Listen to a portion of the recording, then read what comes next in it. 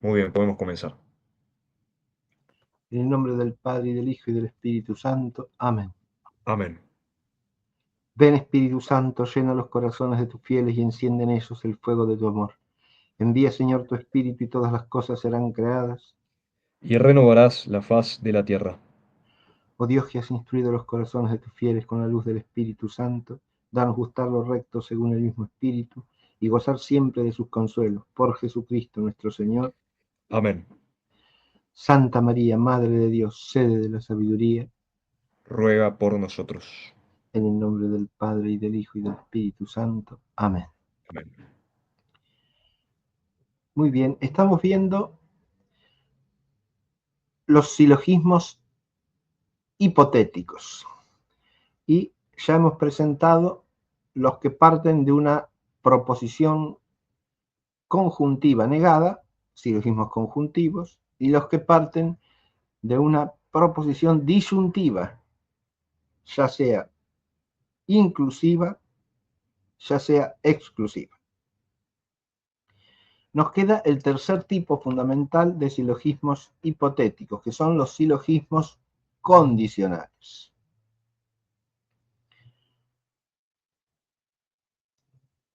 Este tercer tipo de silogismo hipotético tiene una importancia particular desde el punto de vista de la teoría lógica. Y su importancia radica en la analogía que existe entre la relación condicional y la relación inferencial.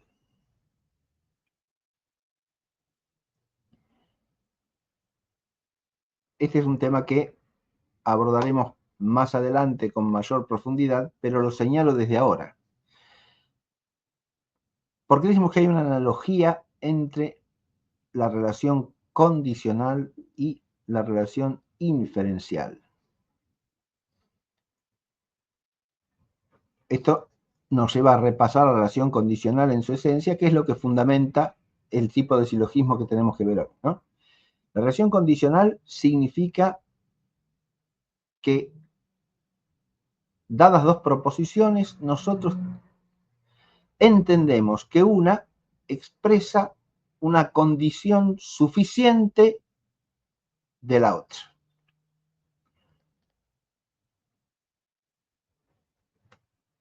Al decir si A, entonces B, lo que decimos es que basta que se dé A para que se dé B.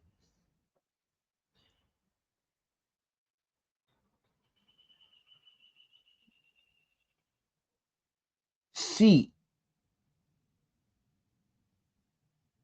un número es par, entonces es divisible por 2.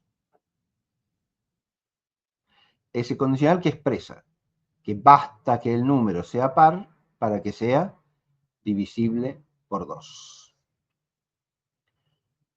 Si un animal es mamífero, entonces es vertebrado. O sea, basta que sea un mamífero para que sea un vertebrado. Estamos expresando que el darse a, llamamos el antecedente a eso, recordemos, el darse el antecedente, basta para que se dé el consecuente.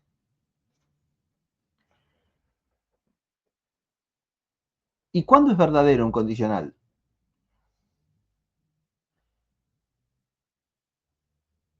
Y evidentemente siempre que se cumpla la condicionalidad suficiente.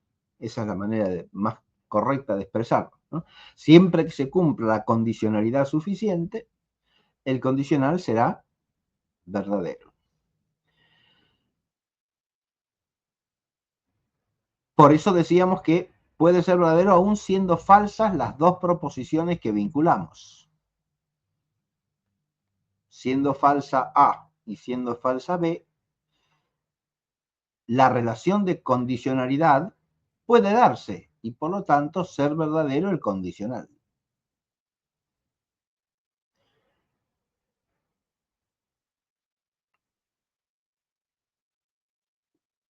5 no es un número par. 5 no es divisible por 2. Pero es claro que es verdad que si 5 es un número par, entonces 5 es divisible por 2. Porque basta que un número sea par para que sea divisible por 2.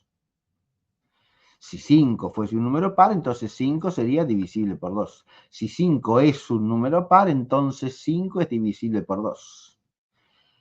La relación que estoy expresando en el condicional es verdadera, aunque el antecedente y el consecuente sean falsos. Lo mismo puede darse si el antecedente es falso y el consecuente es verdadero, y lo mismo puede darse siendo verdad tanto el antecedente como el consecuente.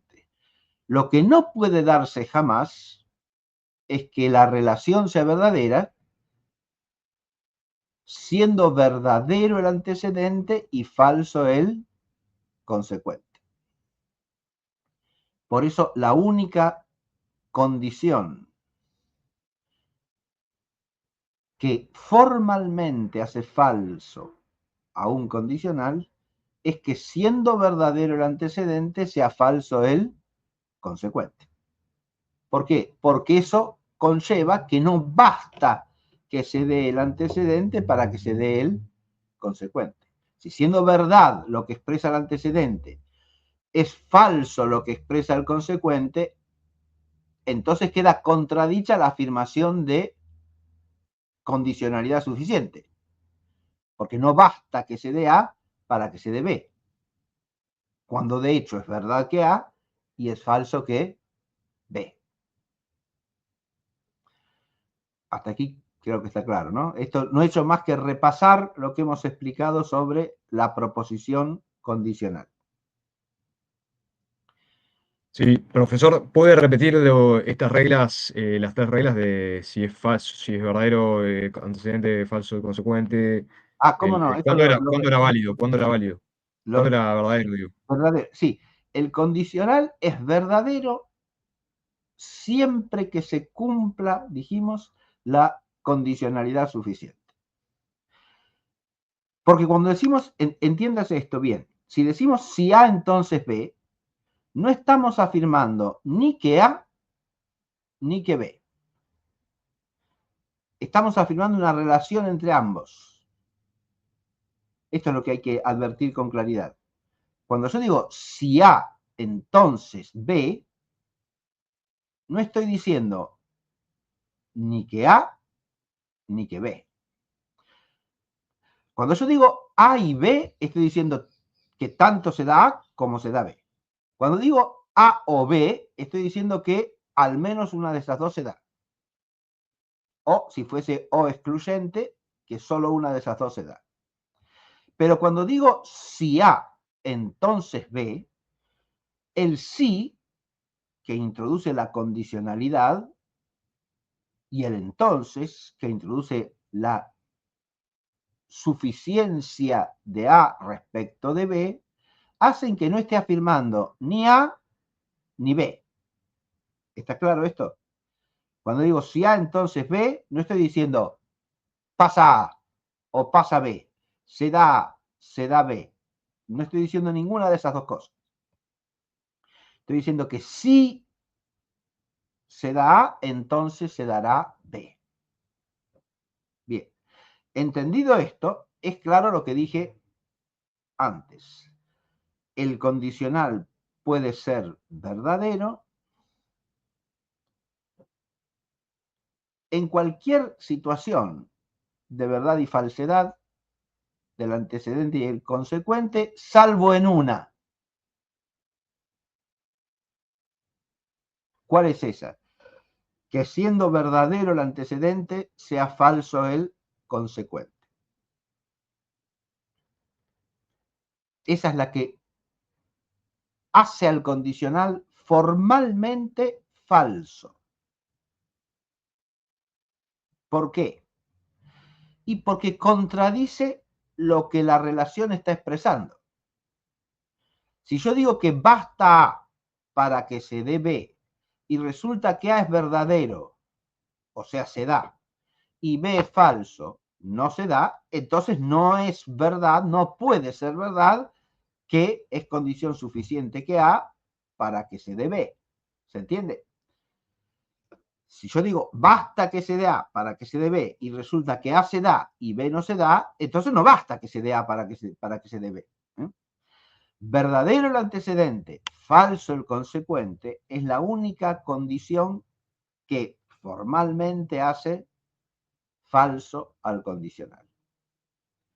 En cambio, puede ser verdadero si ambas partes son verdaderas,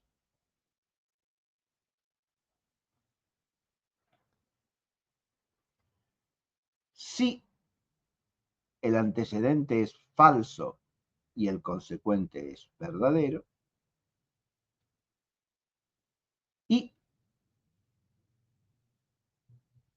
si ambas partes son falsas. En cualquiera de esos tres casos, puede ser verdadero el condicional, siempre y cuando se salve la consecuencia. Es decir, haya realmente condicionalidad suficiente de A respecto de B. Sí, Ezequiel. Sí, entonces a ver si entendí. La división entre verdad formal o material implica que pueden ser falsas materialmente las dos proposiciones, pero se da la condición. Ahí, Exactamente. ahí habría falsedad material, pero verdad formal, o validez formal, No, mejor dicho. habría falsedad de las partes, pero verdad del todo. Aún Ah, hay materialmente. verdad del Sí, todo. sí. Y entonces, ¿cómo es la división Lo que entre estoy, material y formal? lo que estoy tratando de recordar para que se entienda bien todo el tema del silogismo condicional es que esa relación que llamamos relación condicional hay que entenderla, para entenderla bien, hay que entender que establece un vínculo entre dos proposiciones sin establecer a ninguna de ellas. Eso es lo que hace que pueda ser verdadera, aun cuando ambas partes son falsas. Como en el ejemplo que di.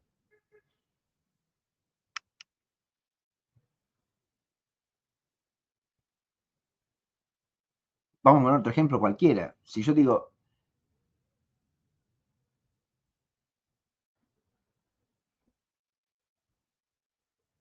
si Alejandro Magno estaba vivo en el año 1950, entonces Alejandro Magno fue contemporáneo del Papa Pío XII, pongamos por caso, ¿sí? ¿Se entiende? En ese condicional, ¿el antecedente cuál es? Alejandro Magno estaba vivo en el año 1950. ¿El consecuente cuál es? Alejandro Magno fue contemporáneo del Papa Pío XII. Si yo establezco cualquiera de estas proposiciones por separado, es claro que ambas son falsas. Con Alejandro Magno me refiero al rey Alejandro de Macedonia, famoso, bien, el hijo de Filipo II, que tuvo a Aristóteles por preceptor. Bien. Obviamente es un hombre que vivió en el siglo IV antes de Cristo. ¿Sí? Entonces, si yo digo, si Alejandro Magno vivía en 1950, fue contemporáneo del Papa Pío XII. Cada una de las proposiciones que hacen de antecedente y de consecuente son claramente falsas. Pero entre ambas se da una relación de condicionalidad suficiente. ¿Qué cuál es? Basta que Alejandro Magno haya vivido en 1950 para que haya sido contemporáneo del Papa Pío XII. Y sí, claro, obviamente, porque en 1950 vivía el Papa Pío XII y por lo tanto cualquier persona que viviese en ese momento era contemporáneo suyo. ¿Está claro esto o no? Partiendo de la noción de contemporáneo como personas que viven al mismo tiempo, en algún momento, bueno, de sus vidas, comparten la misma ubicación cronológica en parte de su vida, serían contemporáneos, ¿no? ¿Se entiende? Si Alejandro Magno estaba vivo en 1950, entonces fue contemporáneo de Pío XII. La afirmación de conjunto lo que dice es que A es condición suficiente de B. Y en este caso, ¿es condición suficiente o no? Es claro que es condición suficiente. Y la condicionalidad suficiente es lo que yo estoy afirmando. No estoy afirmando ni A ni B. Eso también es obvio. Porque al decir si A, entonces B, no estoy diciendo ni que A ni que B. Eso es lo que no pasa ni con la conjunción ni con la disyunción. Porque en cualquiera de las dos, al establecer el vínculo, establezco, en el caso de la conjunción, ambas partes, en el caso de la disyunción, al menos una de ellas. ¿Se entiende? En el condicional no establezco ninguna de las dos partes. Lo que establezco es una cierta relación entre ambas. ¿Cuándo se hace verdadero un condicional entonces? Cuando se cumple la relación.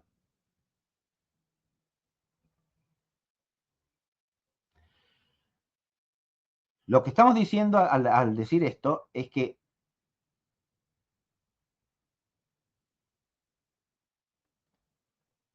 para que el condicional sea verdadero, debe darse la condicionalidad suficiente del antecedente respecto del consecuente. Eso es lo que hace falso un condicional como si 2 más 2 es 4, entonces Alejandro Magno vivió en el siglo XX.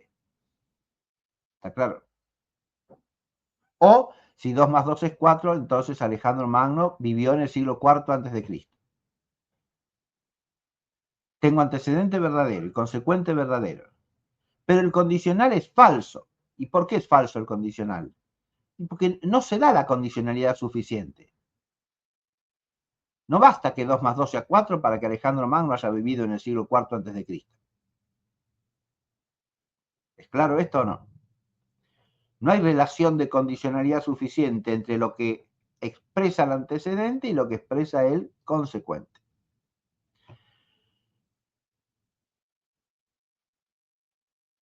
Esto es lo que hace que, aun siendo ambas partes falsas, el condicional pueda ser verdadero.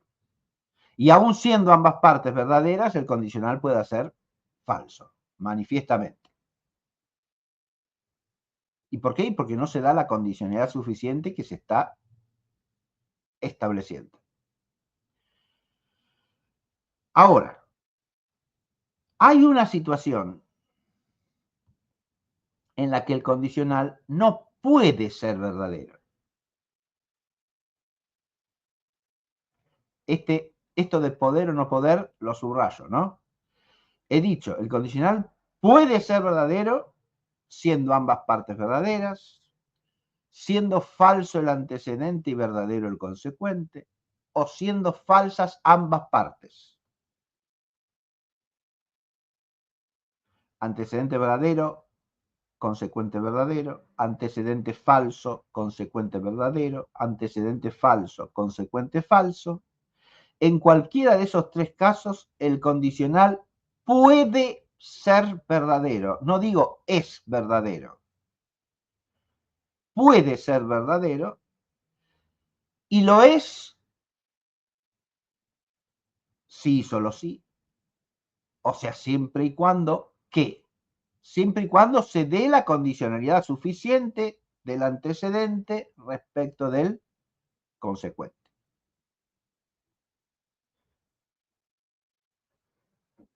En cambio, ahora decimos, no puede ser verdadero. Hay una imposibilidad de que sea verdadero. ¿En qué caso? En el caso de antecedente verdadero y consecuente falso. ¿Y por qué eso no puede ser nunca verdadero? Porque si el antecedente es verdadero y el consecuente es falso, se está contradiciendo la condicionalidad suficiente.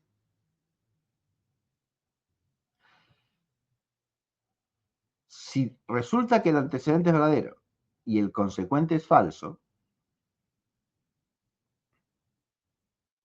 se da A y no se da B. ¿Es claro esto o no? Yo enuncio si A, entonces B. Ahora bien, A es verdadero, B es falso. A se da, B no se da. ¿Puede ser verdad que si A entonces B? Imposible. Porque de hecho A se da y B no se da. Entonces no puede ser que si A, entonces B.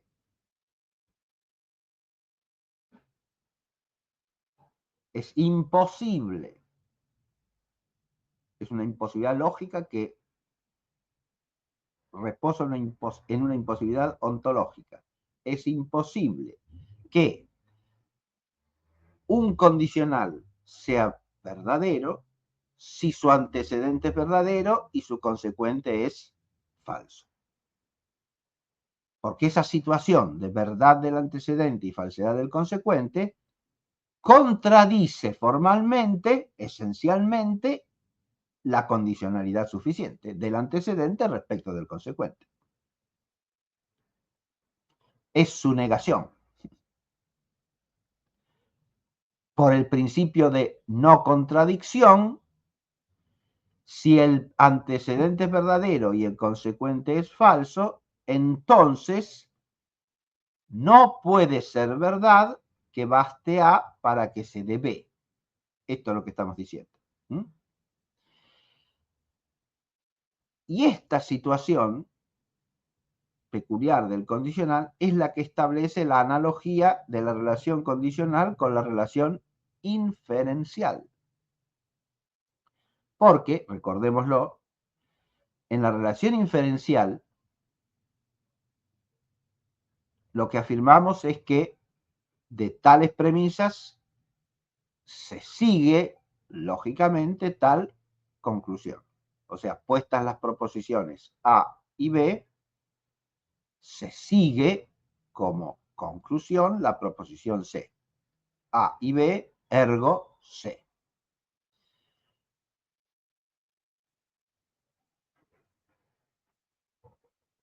Un razonamiento, decimos, no es ni verdadero ni falso, sino válido o inválido. Lo que son verdadero o falso son las proposiciones que integran el razonamiento, las premisas, cada una de ellas, y la conclusión. Ahora bien, al estudiar el razonamiento en general dijimos lo siguiente: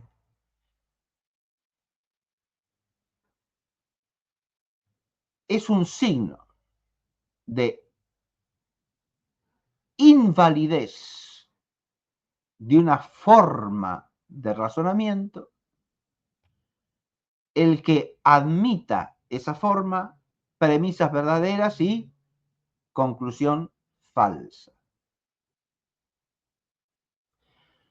¿Por qué? Porque toda forma de razonamiento válida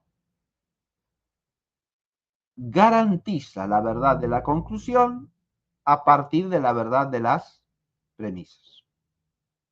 Si yo razono según una forma silogística válida y pongo premisas verdaderas, la conclusión será necesariamente verdadera. Por lo tanto, si dada una forma cualquiera de razonamiento, yo puedo dar un ejemplo en el cual las premisas sean verdaderas y la conclusión sea falsa, entonces esa forma de razonamiento es manifiestamente inválida. ¿Por qué? Porque la forma válida es tal que transmite la verdad de las premisas a la verdad de la conclusión. La verdad de las premisas garantiza la verdad de la conclusión en cualquier forma de razonamiento válida.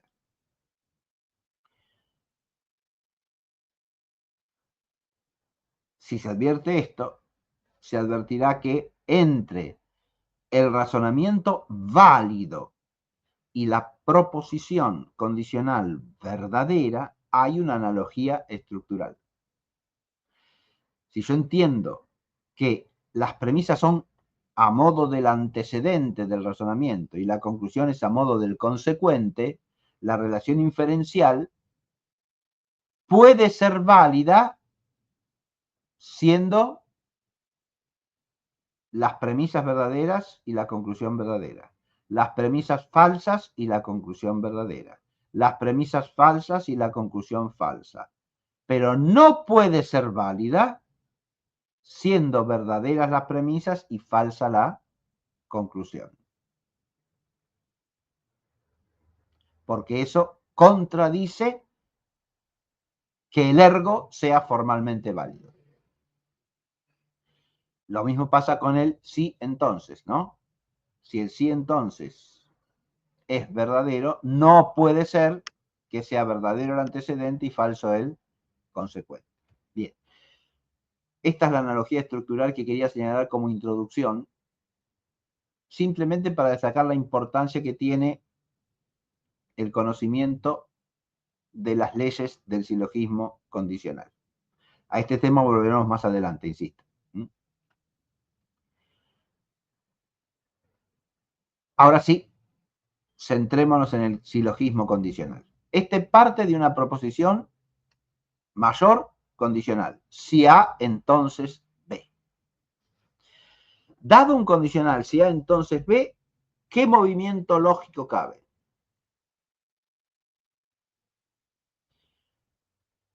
Adviértase que podemos hacer 4 cosas a partir de una proposición condicional. Eso sí se desprende de lo que dije, lo que ya llevo dicho en la clase sobre la verdad posible del condicional. ¿Por qué podemos hacer 4 cosas? Porque al decir si A, entonces B, no hemos ni afirmado ni negado ni el antecedente ni el consecuente. Entonces hay 4 cosas por hacer. Cuando digo si A, entonces B, puedo añadir y es el caso que A. O y es el caso que no A. O y es el caso que B. O y es el caso que no B. Es decir, puedo afirmar o negar el antecedente o afirmar o negar el consecuente. Cosa que no he hecho hasta ahí. ¿Se advierte? Parto de si A, entonces B. Entonces, ¿qué puedo hacer ahora para que se mueva el pensamiento? Puedo afirmar o negar cualquiera de las dos partes del condicional, sea el antecedente, sea el consecuente.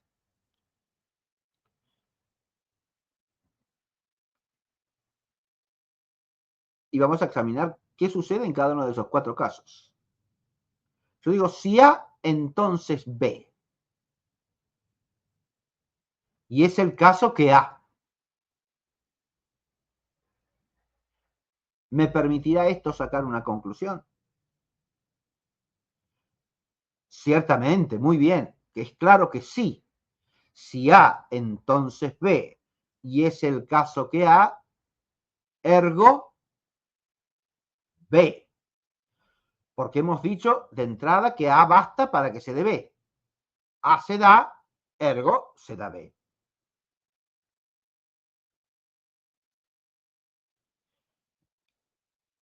Si el número de alumnos de este curso es par, entonces es divisible por 2. Y el caso es que es par, ergo es divisible por 2.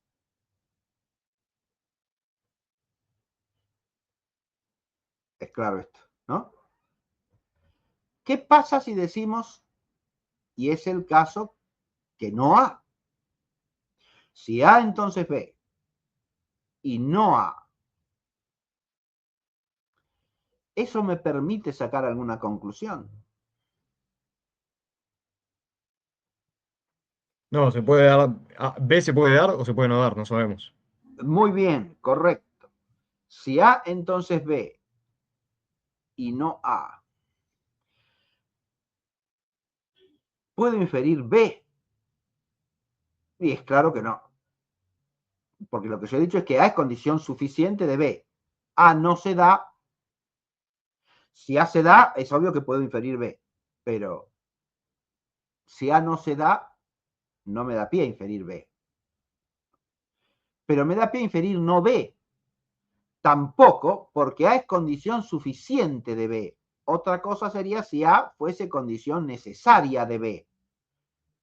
Si establezco A como condición necesaria de B, entonces no dándose A, no se dará B. Pero si A entonces B no significa que A es condición necesaria de B, sino que A es condición suficiente de B.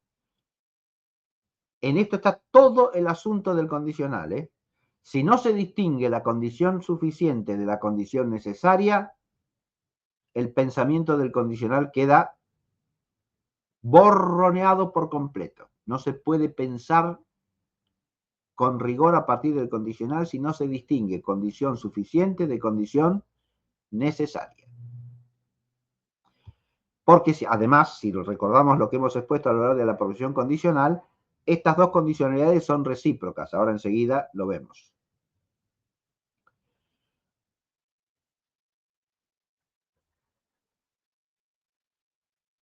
Es claro entonces que si yo niego el antecedente, no puedo inferir nada. Esa vía no me lleva a ninguna parte.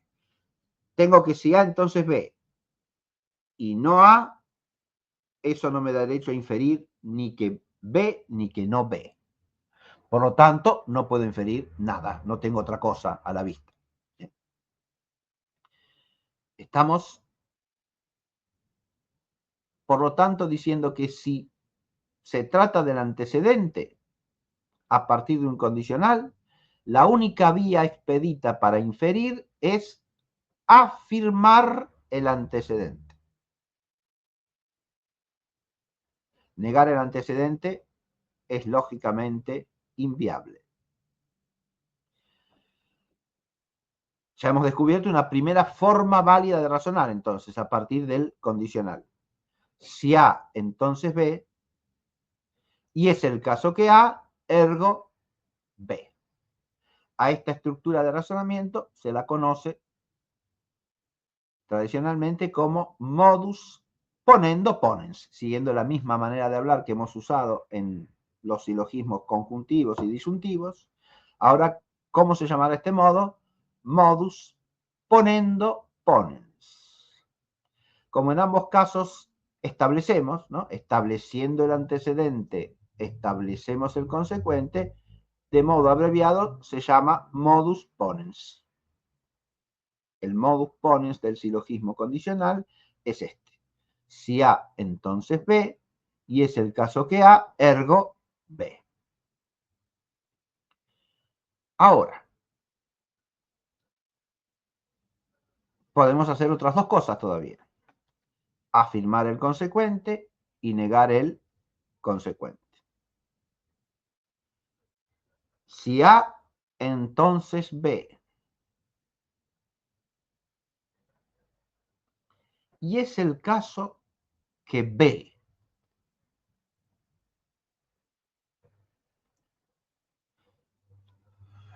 ¿Podemos inferir algo? Tampoco es lo mismo que antes. Puede darse A o no, porque no es Muy condición bien, necesaria. muy bien. ¿Y eso por qué? ¿Por qué puede darse A o no darse dándose B? Porque es condición suficiente y no necesaria. Muy bien, porque A es condición suficiente de B. A es condición suficiente de B. Si yo establezco B, ¿tengo derecho a establecer A? Eso implicaría que B es condición suficiente de A, pero al decir si A entonces B, yo no estoy diciendo que B sea condición suficiente de A. Estoy diciendo que A es condición suficiente de B. Y dijimos, al explicar el condicional, que es una relación que pone orden. A diferencia de la conjunción y de la disyunción, que son relaciones simétricas. Por lo tanto, decir A y B es lo mismo que decir B y A. Decir A o B es lo mismo que decir B o A. En cambio, decir si A, entonces B, no es lo mismo que decir si B, entonces A. No es lo mismo que decir si B, entonces A. porque el condicional hace que las partes se diferencien en su función lógica. La condicionalidad entre A y B, si A entonces B, establece A como condición suficiente de B. ¿Y a B como qué? Como lo suficientemente condicionado por A, no como condición suficiente de A.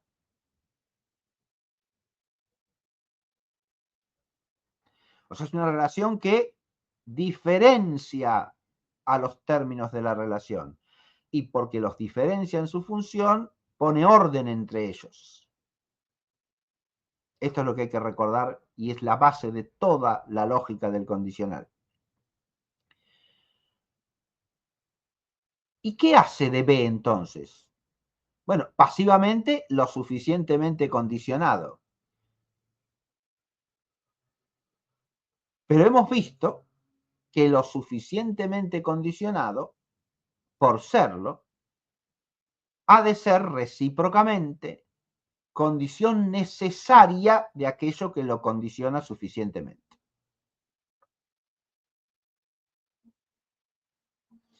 O sea, que cuando decimos si A, entonces B, decimos que A es condición suficiente de B. Pero entonces también decimos que B es condición necesaria de A. Eso está implícito en la afirmación de que A es condición suficiente de B.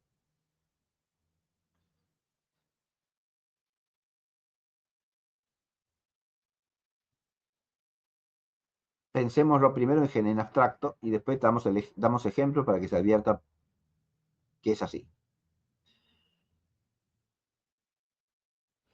Al decir si A entonces B, estamos diciendo que basta que se dé A para que se dé B.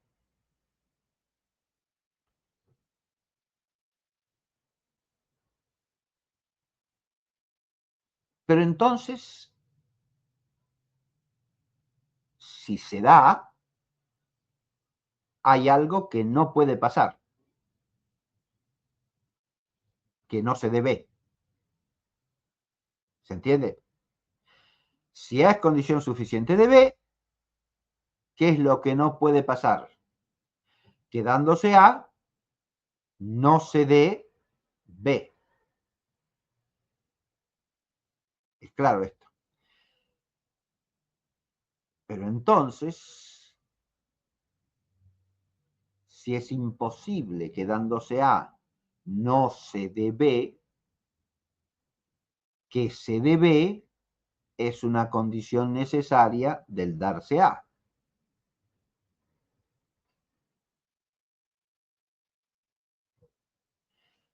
Porque es imposible que dándose A no se dé B. Por lo tanto, debe darse B para que se dé A. Sí, señor. Si lo pensamos sobre ejemplos, resulta claro.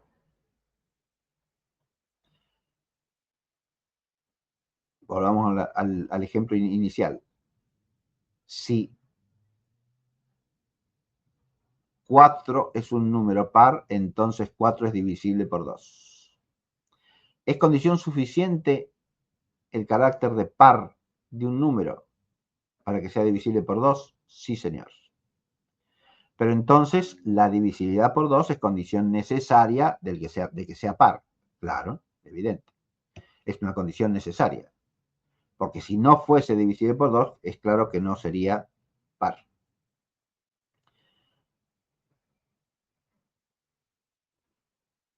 Si un animal es mamífero, dijimos, entonces es vertebrado. Claro, sí. Basta que sea un mamífero para que sea un vertebrado. Por lo tanto, es condición necesaria que sea vertebrado para que sea mamífero, sin duda alguna.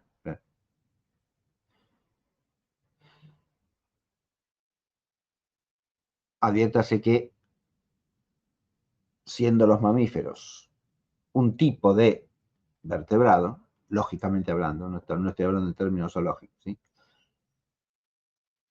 O sea, entre mamífero y vertebrado hay la relación que hay entre un subgénero lógico y un género lógico. Los vertebrados incluyen a los mamíferos, ¿no? Entonces puedo decir que si es mamífero, es vertebrado. Pero eso implica necesariamente que si no es vertebrado, entonces no es mamífero. Claro, si no tiene la característica genérica de ser vertebrado, no podrá tener la subgenérica de ser mamífero, ¿no? Lo que estamos diciendo es que la relación de A a B es de condicionalidad suficiente. En cambio, de B a A es de condicionalidad necesaria, que no se confunde de ninguna manera con la suficiente. Por lo tanto, si yo afirmo el consecuente, B, no tengo derecho a inferir nada, porque de que se dé el consecuente, no se sigue el antecedente. Pero si niego el consecuente, ahora sí puedo inferir, porque revistiendo el consecuente el carácter de condición necesaria respecto del antecedente, de no darse el consecuente, no se dará el antecedente. Ahora digo, si A entonces B, y es el caso que no B, ergo, podemos inferir legítimamente no A. Cuando se trata del consecuente, la afirmación no me lleva a ninguna parte. Es una vía muerta, lógicamente. Afirmar el consecuente es lógicamente infructuoso. No trae conclusión alguna. Pero negar el consecuente me lleva a inferir necesariamente, deductivamente, la negación del antecedente. Y ahí tengo el otro modo válido del silogismo condicional. Si A entonces B, y es el caso que no B, ergo no A. Negando el consecuente, infiero la negación del antecedente. A esto lo llamamos modus tollendo tollens o, como en ambos casos se hace lo mismo, modus tollens.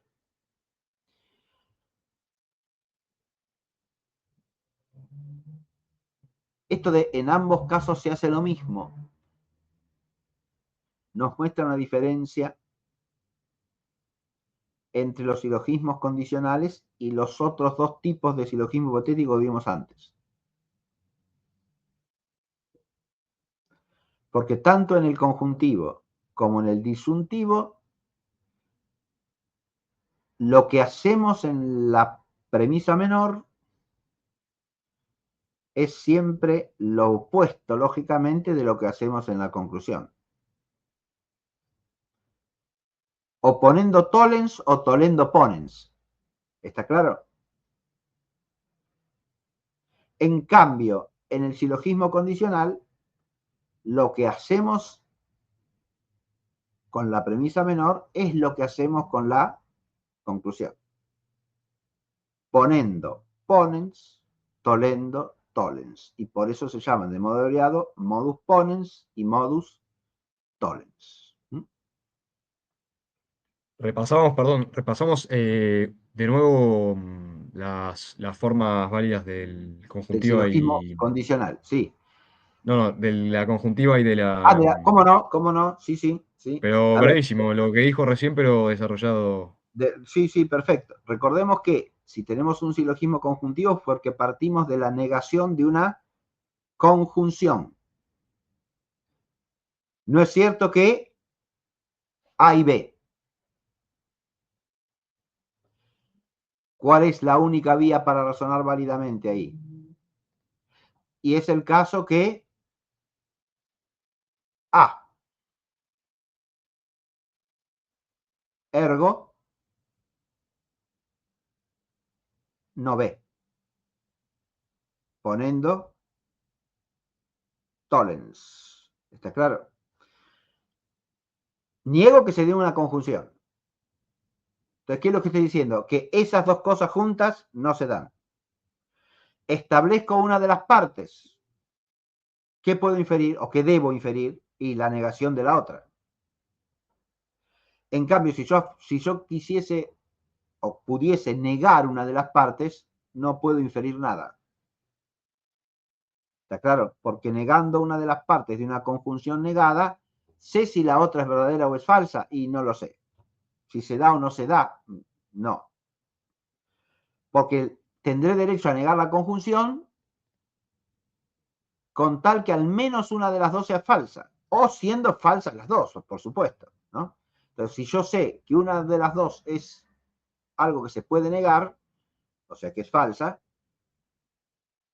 no sé qué pasa con la otra. Ahora, si sé que una de las dos se da, entonces sé que no se da la otra, porque si no tendría que establecer la conjunción, no rechazarla. O sea, el único modo válido en el silogismo conjuntivo es modus ponendo tollens. En el silogismo disyuntivo, ¿qué pasa? Dijimos que hay que distinguir entre la disyunción inclusiva y la disyunción exclusiva. Cuando es inclusiva, parto de A o B, admitiendo que puedan darse ambas también. O sea, al menos una de las dos. Pero quizá también las dos. ¿Cómo puedo razonar ahí? Solamente por la vía de tollendo ponens, es decir, A o B, inclusivo, y no A, ergo B. En cambio, si parto de una disyunción excluyente, puedo razonar de cualquiera de las dos vías, ¿no? Ponendo tollens o tollendo ponens. ¿Por qué? Y porque si se excluyen entre sí las partes, dándose una, es claro que no se da la otra. Y no dándose una, se dará la otra. ¿Está claro esto? La disyunción inclusiva solamente me permite inferir por vía de tollendo ponens. Y la exclusiva por tollendo ponens y por ponendo tollens. Si tomamos todo el cuadro en conjunto, en la conclusión siempre hacemos lo inverso que hemos hecho en la premisa menor, ¿no? Ponendo tollens en el conjuntivo, tollendo ponens en el disyuntivo inclusivo y ponendo tollens o tollendo ponens en el disyuntivo exclusivo. En cambio, cuando pasamos al condicional, las dos vías posibles son ponendo ponens y tollendo tollens. Lo mismo que hacemos con la parte que hace de premisa menor, lo hacemos con la parte que hace de conclusión, ¿no? Estableciendo, establezco, rechazando, rechazo.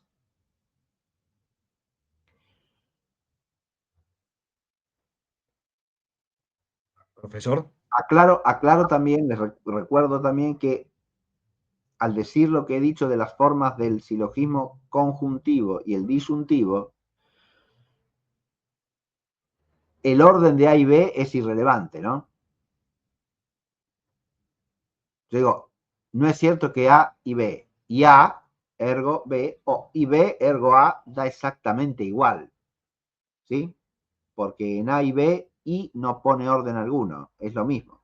Es indistinto cuál sea A, si la primera parte o la segunda parte. Puedo llamar a cualquiera de las dos indistintamente y la forma no se altera. Y en la disfunción lo mismo. Cosa que no puede pasar jamás en el condicional, que pone orden. Sí, dígame si quiere. Sí, no, para avisar, nos quedan 10 minutos. 10 minutos, muy bien.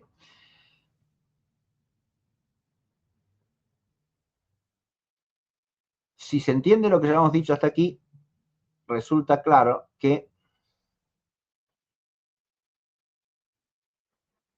desde el punto de vista de su estructura, los silogismos condicionales difieren de los conjuntivos y disyuntivos que tienen cierta semejanza entre ellos.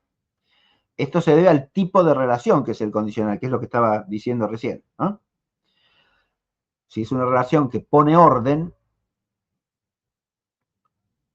esto genera una diferencia esencial entre los silogismos que parten de la condicionalidad y los que parten de las relaciones que no ponen orden, es decir, la conjunción y la disyunción.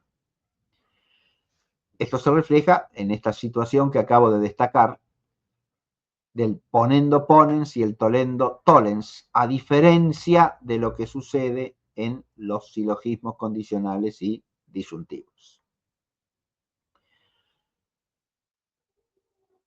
Tenemos solamente, por lo tanto, dos modos válidos de razonamiento aquí. Con lo cual, es de extrema sencillez la doctrina básica acerca de los silogismos condicionales. Pero como en todas las cosas que son sencillas, y precisamente porque lo son, la mínima distracción causa la muerte del artista, como dice el refrán español, ¿no?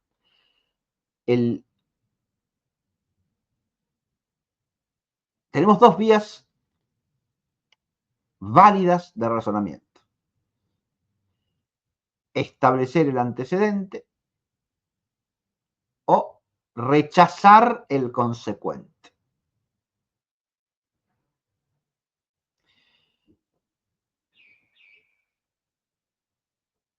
¿Qué fallos posibles nos acechan desde el punto de vista lógico ante esto?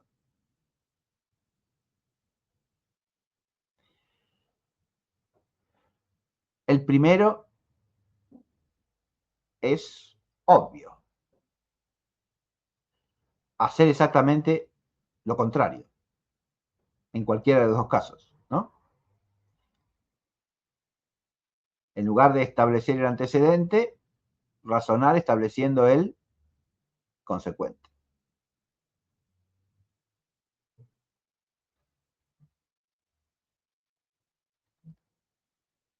Advierte que en el lenguaje corriente y en el ritmo de la discusión normal, nadie está permanentemente formalizando, abstrayendo la forma de lo que está diciendo, ¿no?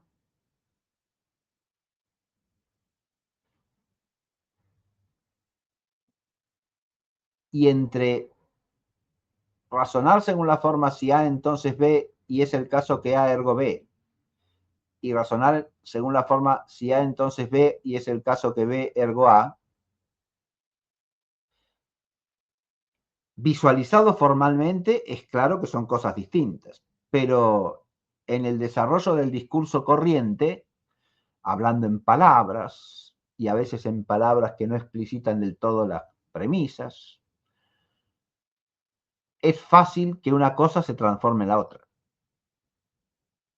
Está claro lo que digo. Y se incurra en la falacia de qué?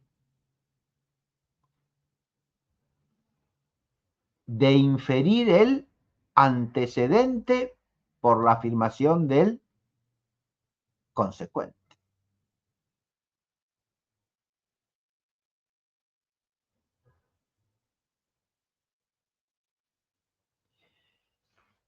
Y lo mismo pasa con la inversa. Si A entonces B y no B, ergo no A es la forma válida. Pero es fácil deslizarse de ahí a si A entonces B y no A, ergo no B, que es inválido. Es decir, caer en la falacia de inferir negando el antecedente en lugar de negando el consecuente.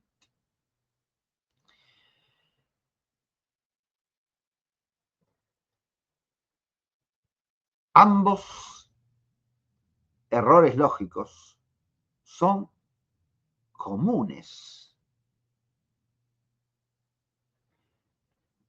y se dan con mucha frecuencia.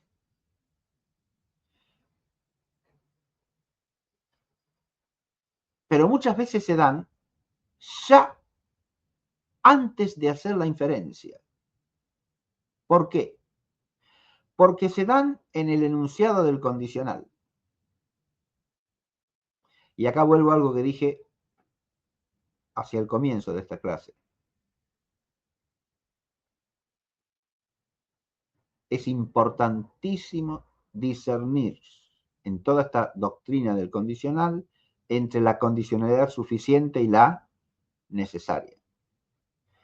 Dije que el error lógico se puede preparar ya al enunciar la premisa mayor, si es que se la enuncia,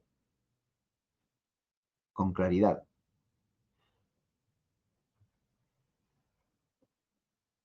Porque se puede armar el condicional al revés. ¿Está claro lo que digo? Y ya está preparada la falacia. Si al decir si A entonces B, estoy poniendo como A lo que es condición necesaria y como B lo que es condición suficiente, ya he invertido la relación desde la base. Si en lugar de decir si es mamífero, entonces será vertebrado, digo si es vertebrado, entonces es mamífero. Ya al enunciar el condicional invertido, estoy predisponiendo la falacia. ¿Por qué? Porque he puesto como condición suficiente lo que es condición necesaria y como condición necesaria lo que es condición suficiente. Entonces, después razono con la forma correcta y obtengo una conclusión inválida porque partí de un condicional invertido. ¿Se ve esto que digo, no? Es la manera de violar la ley del silogismo condicional al armar el condicional que hace de premisa mayor.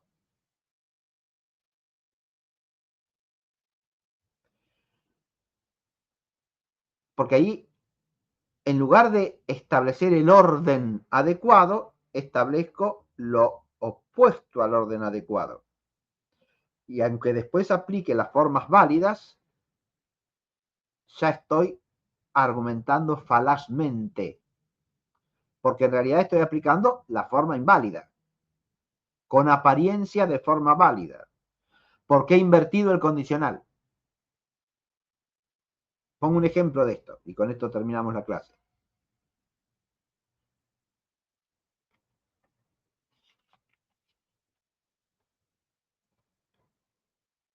Digo, si el animal es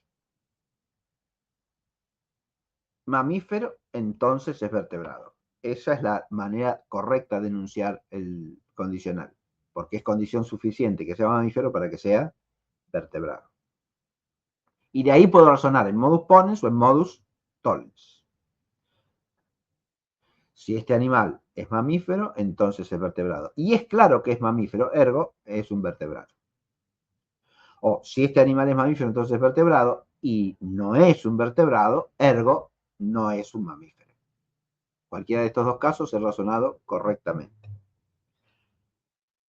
Ahora, ¿qué pasa si yo hubiera invertido de entrada el condicional? Me voy a decir, si este animal es mamífero, entonces es vertebrado. Digo, si este animal es vertebrado, entonces es mamífero.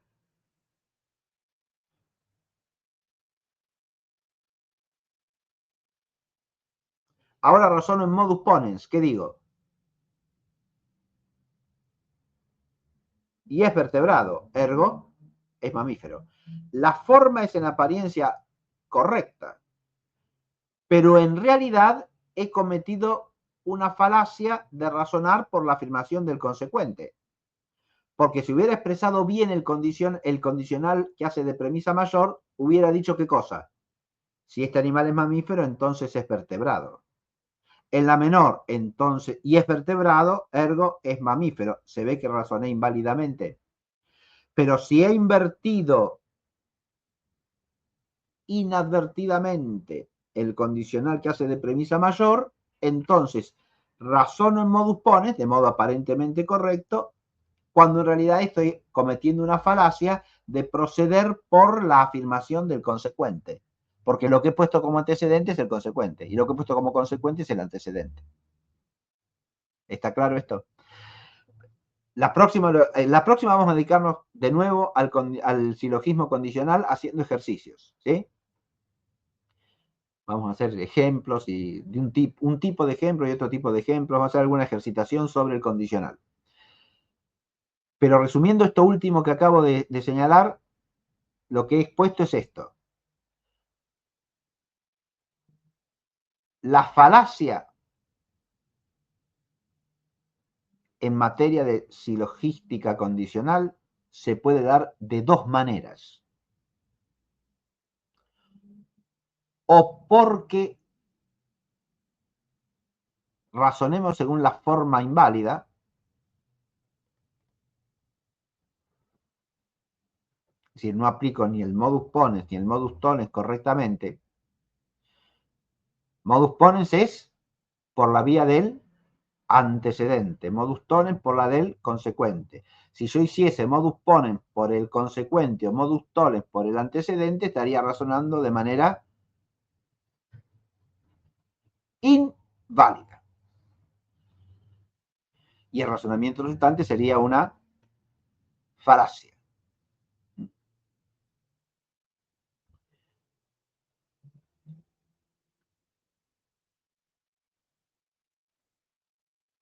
Pero la otra manera de ir contra la recta ley del silogismo condicional es errar a la hora de armar la premisa mayor. Precisamente porque la premisa mayor es la que expresa el orden lógico que hay entre el antecedente y el consecuente. Y si yo empiezo por invertir ese orden, ya he preparado la falacia al enunciar la premisa mayor. ¿Se entiende? Aunque después aparentemente use la forma correcta. O sea que acá podemos fallar ya al enunciar la premisa mayor. Consecuencia, cuando se razona en el terreno del condicional, hay que tener cuidado, primero que nada, a la hora de enunciar la premisa mayor. Detenerse a examinar si la estoy enunciando de la manera que corresponde. Si estoy poniendo como condición suficiente lo que es condición suficiente o no.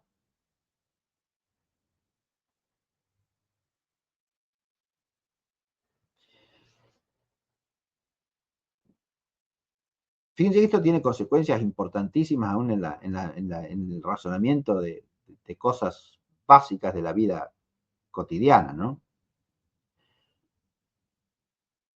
Uno puede decir, si fulanito estuvo en el lugar, entonces cometió el crimen.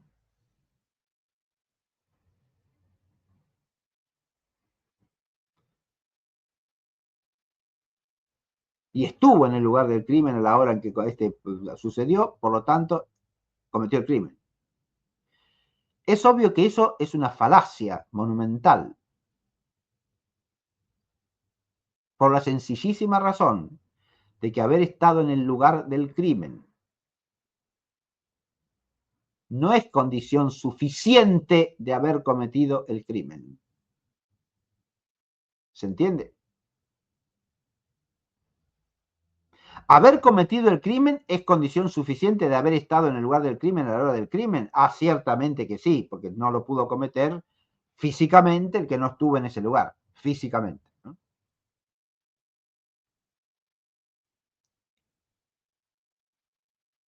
Hoy día habría que advertir ahí físicamente y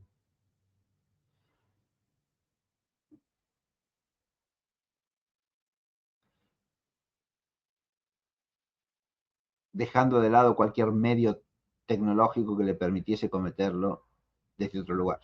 Bien. Pero si ha estado en el lugar del crimen a la hora aproximada del crimen, ¿eso es condición suficiente de que haya cometido el crimen? De ninguna manera. ¿Se ve? En todo caso, es condición suficiente de que haya podido cometer el crimen. Esto en el caso de que el crimen haya sido por acción directa en un lugar físico determinado, ¿no? Insisto en esto. Hoy día uno podría pensar medios de cometer un crimen a distancia, digamos. Pero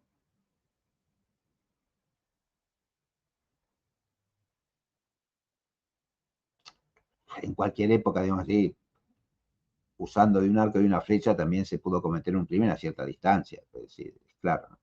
Pero cuando digo el lugar del crimen, quiero decir el lugar desde el cual el criminal cometió el acto que desencadenó la muerte o el homicidio de la víctima.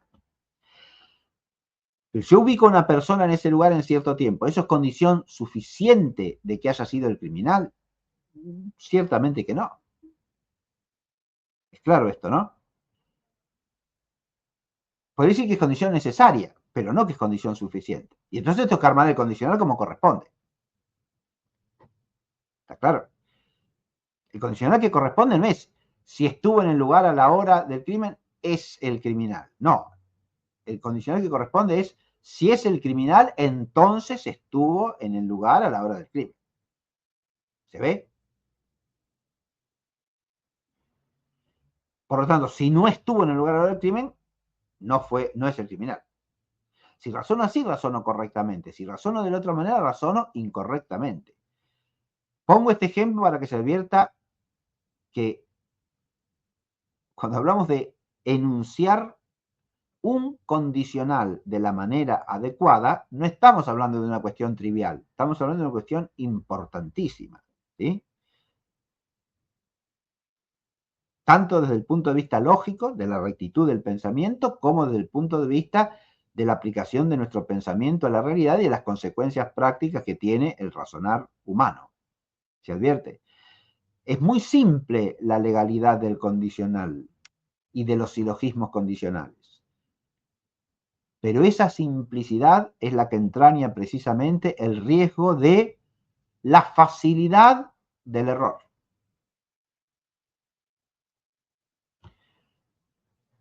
Con esto ya podemos dejar por concluida esa clase y la próxima, insisto, haremos una serie de ejercicios para profundizar esto y para que se visualice con claridad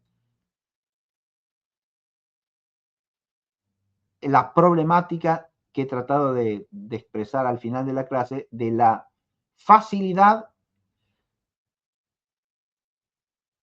de errar en esta materia, ¿eh? Y también de las graves consecuencias que puede tener.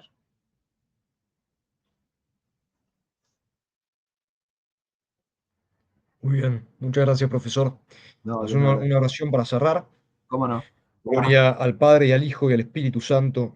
Como era en el principio, ahora y siempre, por los siglos de los siglos. Amén. María, Madre de la Sabiduría, Ruega por nosotros. el Padre, el Hijo y el Espíritu Santo. Amén.